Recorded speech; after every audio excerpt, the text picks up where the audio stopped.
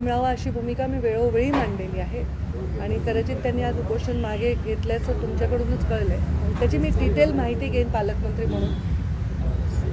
धनंजय मुंडेंचा राजीनाम्याच्या बाबतीत अविरत प्रक्रिया बदल होत असतो, पण जेव्हा मी पहिल्यांदा जिल्हा नियोजनच्या बैठकीला स्वतः मंत्री म्हणून आले तेव्हा माझ्यासोबत प्रीतमताई खासदार होत्या आणि आज मला राहून राहून आठवण येत होती की प्रीतमताई 5 वर्ष माझ्याबरोबर खासदार होत्या.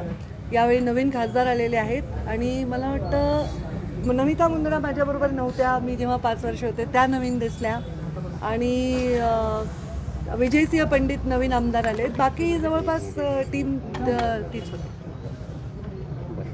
या सगळ्या DPDCमध्ये जे बीडमधलं वातावरण आहे किंवा या संदर्भात अजित पवारांनी काही सूचना दिल्याची माहिती आहे. काय सूचना होत्या त्या आणि काय काय सांगितले? पण अजितदादांनी जशी एक अकॅडमिकली बैठक कंडक्ट करायची असते तशीच कंडक्ट केली. त्यांनी अधिकाऱ्यांना जशा आम्ही सुद्धा इथले बीडचे असून सुद्धा पालकमंत्री म्हणून ज्या सूचना देऊ तशाच त्यांनी सूचना दिल्या. म्हणजे मी स्वतः पालकमंत्री असताना म्हणायचे चुकीचं काम झालं नाही पाहिजे, कडक काम करा, तसंच त्यांनी चांगलं काम करा असं सगळ्यांना सांगितलेलं आहे आणि पक्षपातीपणा करणार नाही हेही त्यांनी सांगितलं आहे. दहशतीचा जो मुद्दा होता म्हणजे बीड जिल्ह्यातली दहशत किंवा बीडची बदनामी वगैरे हा मुद्दा सुद्धा चर्चेत आला असं बजरंग सोनावणे म्हणले. तसं काही झालं का? त्याची काही चर्चा झाली दहशतीचा? आणि मला नाही दिसलं अशी काही चर्चा. काही बीड याच्यावर एक चर्चा वगैरे असं काही झालं. बीड जिल्ह्यात सातत्यानं तेच अधिकारी येतात. आता जिल्हाधिकारी सुद्धा खूप वर्ष इथंच होते असं सांगितलं. त्याच्यावर काही चर्चा झाली का DPDC मध्ये? तो विषय जिल्हा नियोजनचा नाही आहे. आपला अभ्यास अपूर्ण असतो, आपण पण प्रश्न विचारतो, तर हे विषय जिल्हा नियोजनचे नसतात.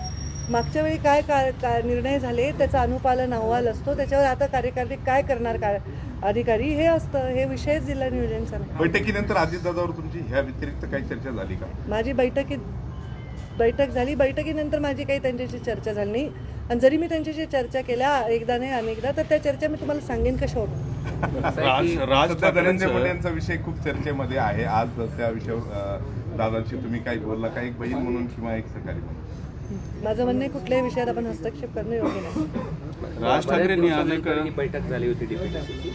ती वादळी होती का एकदम शांततेत होती? कारण अपेक्षा होती की खूप आतमध्ये ती शांततेत झाली, त्याच्यामुळेच तुम्हाला काही त्याच्यात सापडत नाही आहे.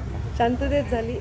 साहजिक आहे, बैठक म्हणल्यावर विधानसभेत काही वादळी नसतात का? विधानसभेचे अधिवेशन आमदार बोलतात, चर्चा करतात, अधिकाऱ्यांनी हे केलं नाही ते म्हणतात.